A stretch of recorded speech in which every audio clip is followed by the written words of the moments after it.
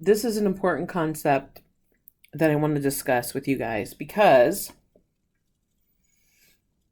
in applied context, when we're talking about revenue and cost and profit, a company is said to break even when the revenue and the cost are the same. So we can set these two equal to each other. So if I have a revenue function, R of X equals something, A X plus B, and I have a C of X dx plus G, I don't like G, H, like H is okay. Then these are y equals ax plus b. Since r of x has to be c of x and y equals dx plus h, I have an equation with two unknowns. We can also set our profit function equal to 0. And that's another way to do it. Okay, so let's do an example. Suppose a company has its total revenue for a product is R of X,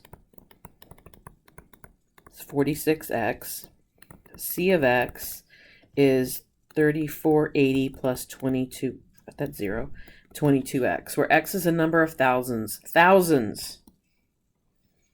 of the products that are sold and produced per year.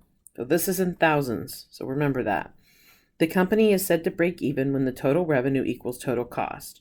So when these two are equal to each other. So let's call them Y.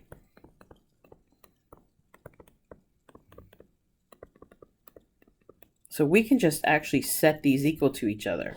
46x equals, basically I'm just plugging that in for Y using the substitution method. It's the same thing. And I'm setting these two equal to each other and solving for X. And finding the level of break even and how much revenue and cost are at that level of production. So subtract 22x from both sides and I get 24x equals 3480. That's the last thing we were doing. Whoops. Okay.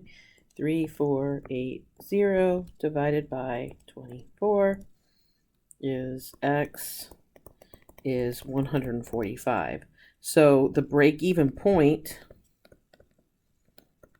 is, remember this is in thousands, 145,000 units,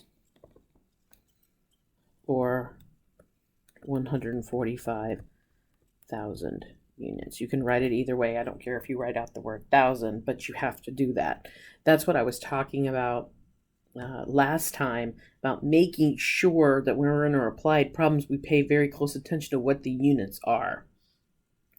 So it wants to know what are the revenue at that. Revenue's easier. I don't have to add it to anything. So my revenue at 145 equals cost at 145, which equals revenue's easier, 46 times 145 is